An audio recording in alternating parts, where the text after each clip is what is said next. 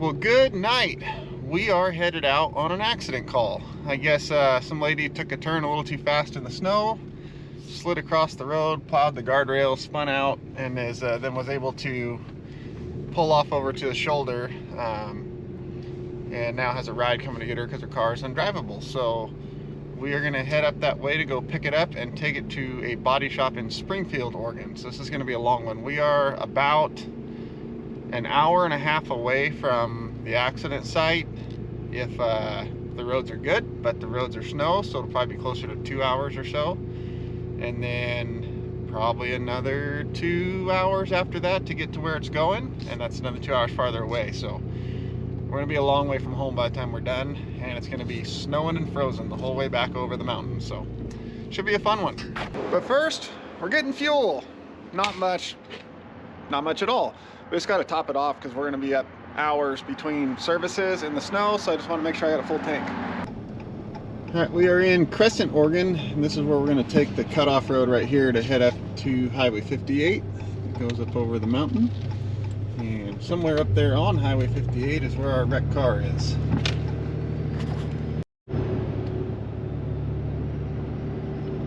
So we have just barely started to climb in elevation, like at all, and we already got some snow on the banks right here. It has dropped down to 32 degrees, so now it's time to really watch out for ice on the road.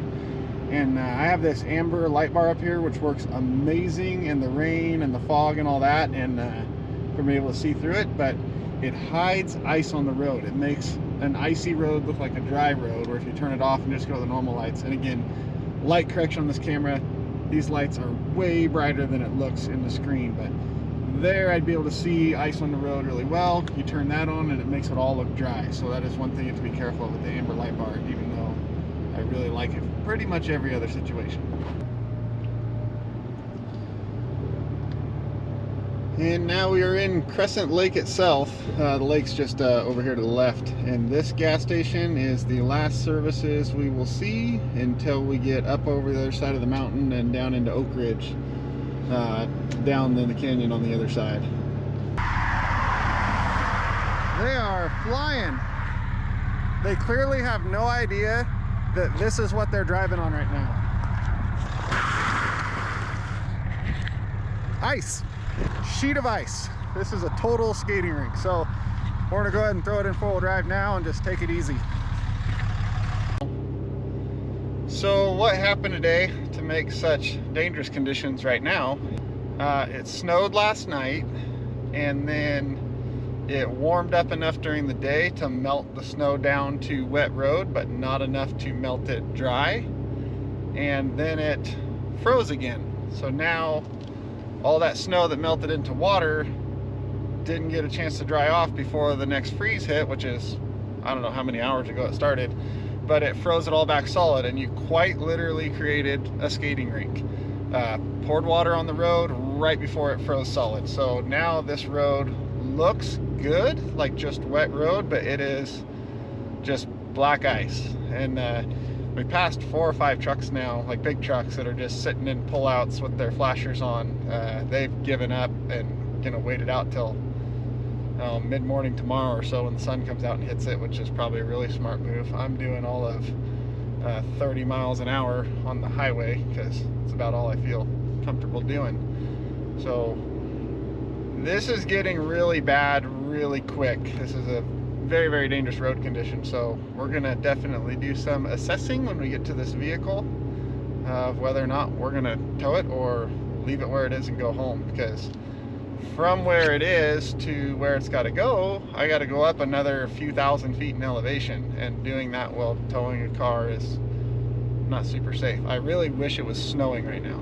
So if it was snowing, driving on snow is not bad at all. You get decent traction. If it gets too bad, you can chain up, but this right here, there's not a whole lot you can do other than go really slow and hope for the best, because it is quite literally a skating rink. So we will do some thinking on the next few miles we got to get to this car and figure out what we're gonna do.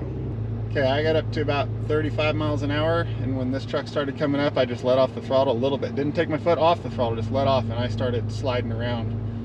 And this truck here is doing, I don't know, 15, 20. So It is bad. This is very bad. Let me hit the brakes and see what happens. Woo. Okay. Okay, I didn't even hit the brakes hard and it did some pretty good sliding around there, so that's not good. Oh man. There's a line of trucks just crawling down this hill, maybe doing 10 miles an hour. And this car is trying to go around this truck. Please don't do that. That wasn't very smart. Okay. That little bit of throttle I just gave right there to climb up this hill, I started spinning and sliding, and I'm in four-wheel drive, so I think we're gonna bail on this one, because this is not good. Okay, we are heading down a 6% grade right now, and you could see they have some cinders on the road, but it's been a while since they've done it, so it's kind of blown out in the wheel tracks of the car. So if you just offset a little bit so you catch what's left of them, there's a little bit of traction there. Otherwise, this is just a ski run down this hill. This is one condition where studded tires are a massive, massive advantage. The studded tires do you no good in actual snow.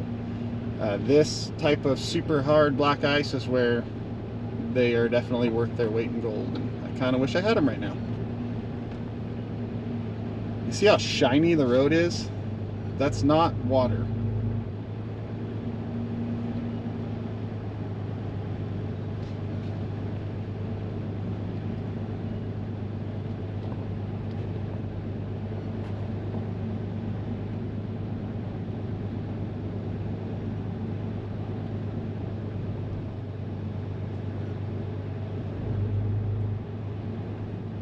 Well, here are flashers.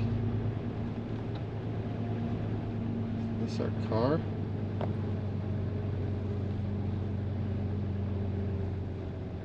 It better not be. Nope. That's our car, but we're not doing that. Did you see we just came down that steep hill and around that corner, and it's over there in the ditch? They told me it was in a big wide turnout on a long straight stretch 20-30 feet from the road. So now we got to go find a place to turn around, because I am not in any way going to sit right around that corner at the end of that long downhill in this ice and load up a car, even with the auto loader on the back of this truck. So they lied to me about where the car was sitting, so the car can stay there. I'm not doing it. Okay, we are turning around and sliding, but we made it. All right, let's get back up this hill and let's go home. So look at this here. Car's over here in the ditch, very narrow shoulder, right around this downhill turn that's an absolute skating rink, as we just saw. And it's a very likely spot for someone to wreck, seeing as how this lady came, pinballed off of this guardrail and bounced over there into the ditch. So I am absolutely not going to sit there in that same ditch while traffic, granted there's not a lot of traffic, but while traffic comes downhill around this corner right into that spot. No way. And to be clear, I very specifically asked that question before I accepted this job. That lady and her insurance company both promised me up and down that the car was in a big, huge, wide turnout. It was 20-30 feet off away from the road on a long straight stretch, plenty of visibility in either direction. Because I told them I would not pick it up from the shoulder of the highway. If it was on the shoulder, I wasn't doing it. They both assured me it was not. As you can see, that wasn't the case. So, car stays there and I go home. Not my problem. I hate people. Stupid. It's not even a passing lane for this side. That's the kind of person that if I see him in the ditch later, I won't feel bad. And I probably won't stop either. So we just got back down here into Crescent Lake, where a bunch of the semis are parked and waiting it out, which is probably a smart thing to do. That guy just pulled out of here and spun and slid, so he's going really slow now. But since we got here, I pulled up Trip Check to check the traffic cameras up farther, because the only way that was going to get any safer as we went would have been if there was snow on the ground up higher on the pass and as you went out through the canyon, because that would actually give some sort of traction to drive on. But I pulled up Trip Check, and this shows the right now condition of the roads. That top picture is the highest point of the road, and that bottom picture is the Salt Creek Tunnel, and those are probably the two most dangerous parts of the road out here. And as you can see, both of them have no snow and are straight up black ice, just like the rest of this. So I think bailing on that was definitely the right call. That's a job that needs to be done tomorrow midday after that ice melts, with a traffic control truck uphill around that corner, so that people don't come flying around the corner and there's a tow truck right there on the shoulder. So I think it was the right call to bail on it. This is definitely not a job that should be done tonight. This is a job that should be done in the daylight after that ice melts. And to my tow truck guys out there watching, I know everybody preaches, know your worth, and they say that in regards to rates and charge what you're worth. Don't work too cheap. You know what you're worth, charge for it. But I say that as in know what you are worth. You are not worth... I said that totally backwards. That car is not worth what you are. You are worth more than any car and any job. That car right there, that's probably going to end up being totaled anyway. Let the stupid thing sit on the side of the road. It does not matter. It is off the shoulder, it's in the ditch, it can get buried by the plows. I don't care. So I'm turning around and I'm going home, just like you should too. A lot of people complain about the slow down, move over and all that stuff. If it's that dangerous of a spot, drive on by. Come back later with traffic control. Wait till highway patrol can assist. Or up here in Oregon, we have the ODOT trucks who will help out with that type of thing.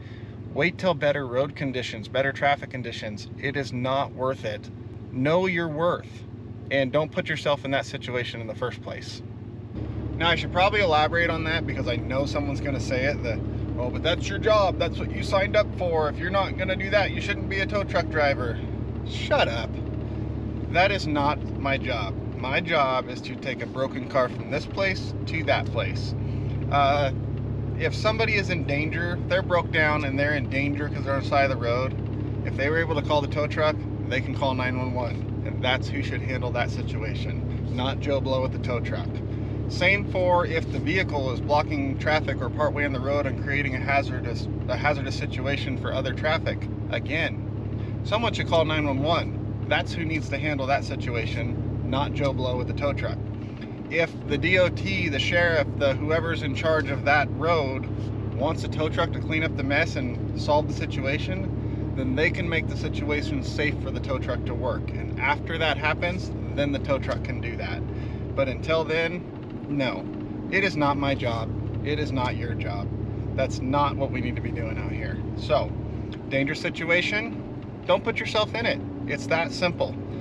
Do not put yourself in the dangerous situation in the first place. And it is not your job to do so. Like that situation right there. That lady got a ride out of there, has been gone for hours. She's not sitting there in danger. That car's off the road in the ditch. If DOT feels like it's a safety hazard for other motorists, they can make the situation safe for a tow truck to get in there and get it out. But until then, it can sit there. It can sit there for a week. I don't care. I don't need to create a dangerous situation where there isn't one. Right there, the car's off the side of the road. Great. For me to hook up to it, I'm going to have the nose of my truck right there on the line as people are coming downhill around that corner. If someone panics a little bit and taps the brakes, very good chance they're going to lose it and wreck, either hit me or go and hit the guardrail on the other side. Hopefully not hit an oncoming car coming the other way. But that is creating a hazard where there isn't one. Then, once I get hooked up, if nothing happens, I got to pull back out of there around a blind turn where cars are coming downhill in the ice. If I'm pulling out of there and someone comes around that turn, hits the brakes, again, there's gonna be a wreck. So that car needs to stay there until that situation can be made safe, either by the weather changing or by traffic control solving the problem upstream of the accident scene. Finally, back home and parked. A lot of people would call that a totally failed job. I'm calling it a success because this truck is back here in one piece. And I'm in one piece, so that's good enough for me. And it's not like I was driving a vehicle that's not equipped for the conditions. This thing is in four-wheel drive with brand new ice and snow rated tires on it. And as far as driving in bad weather, this thing weighs dead on 10,000 pounds, almost dead on 5,000 on the front and 5,000 on the back, as it sits with that big wheel lift and all that back there. It is like perfectly balanced, probably about one of the best setups you could have to drive in that slippery type of condition. And it was still all over the place. You saw as soon as I took my foot off the throttle, it was just all over the place. Every other car was doing the same thing. Smart move was to bail out of that thing, so that's what I did. Everything's back home in one piece, so I'm calling that a success. I guess that is it for this one, so hopefully next time goes a little different, and see you guys then.